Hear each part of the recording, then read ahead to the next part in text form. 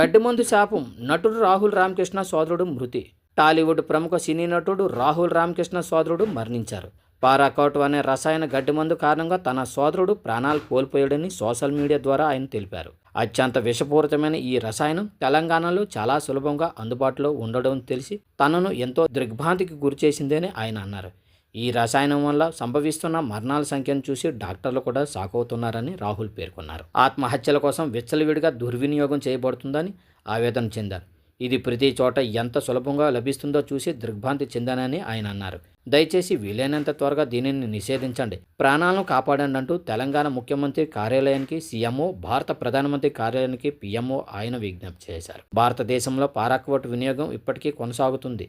దీని విషపూరితత కారణంగా కొన్ని రాష్ట్రాలు, ఉదాహరణకు తెలంగాణ, అమ్మకాలపై పరిమితులు విధించాయి. ప్రపంచంలోని చాలా దేశాలు దీన్ని పూర్తిగా నిషేధించాయి. వైద్య నిపుణులు చిన్న పరిణామం కూడా ప్రాణాంతకమని హెచ్చరించడంతో తెలంగాణ ప్రభుత్వం 2026 పారాక్వాట్ అమ్మకాలపై పరిమితులు విధించింది. భారతదేశంలో చాలా రాష్ట్రాలు కొన్ని కఠిన మార్గదర్శకాలతో మాత్రమే అనుమతిస్తున్నాయి.